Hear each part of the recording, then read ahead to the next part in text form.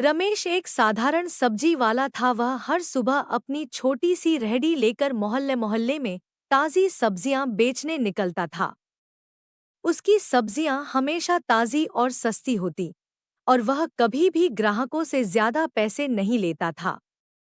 इसी कारण मोहल्ले के सभी लोग उससे बहुत खुश रहते थे और रमेश अपने ग्राहकों को उधार भी दे देता था। कभी किसी से कोई गलत बात नहीं बोलता था और रमेश किसी को कोई खराब सब्जी नहीं देता था। इसी कारण मोहल्ले वाले हमेशा खुश रहते थे और हमेशा उसी से सब्जी खरीदते थे। एक दिन की बात है, जब वह सब्जी बेच रहा था, एक बुजुर्ग महिला ने उससे कुछ सब्जियां खरीदीं।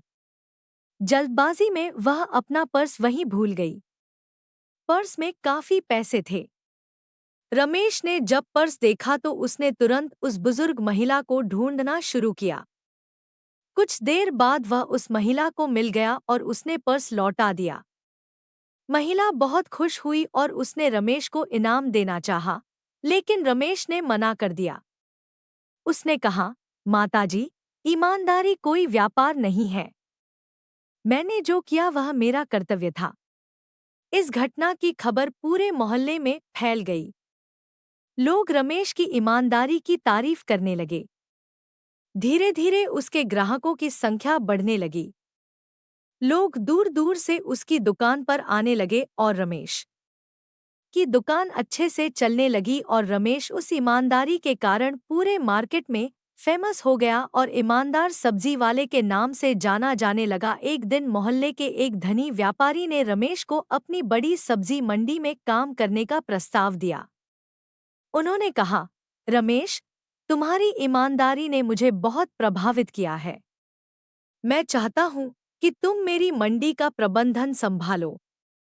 रमेश ने यह प्रस्ताव स्वीकार कर लिया। आज वह उस बड़ी सब्जी मंडी का मैनेजर है। उसकी ईमानदारी की वजह से मंडी का कारोबार बहुत बढ़ गया है। छोटे किसान भी अपनी सब्जियां उसकी मंडी में बेचना पसंद करते हैं, क्योंकि उन्हें पता है कि यहाँ उनके साथ कोई धोखा नहीं होगा। रमेश अक्सर लोगों से कहता है, ईमानदारी से कमाया गया 1 रुपया बेईमानी से कमाए 1000 रुपयों से बेहतर होता है। ईमानदारी से न सिर्फ आत्मसम्मान मिलता है, बल्कि लोगों का विश्वास भी। रमेश की कहानी से हमें यह सीख मिलती है कि ईमानदारी हमेशा सबसे अच्छी नीति होती है। भले ही शुरुआत में थोड़ी मुश्किलें, लेकिन अंत में ईमानदारी का फल मीठा होता है। जीवन में सफलता पाने के लिए पैसों से ज्यादा जरूरी है अच्छा चरित्र और ईमानदारी। आज भी मोहल्ले के लोग अपने बच्चों को रमेश की कहानी सुनाते हैं और उन्हें ईमानदारी का पाठ सिखाते हैं।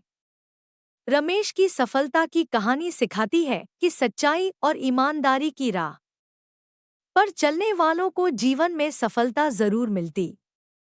तो हमें इस कहानी से क्या सीख मिलती है? Subscribe my channel.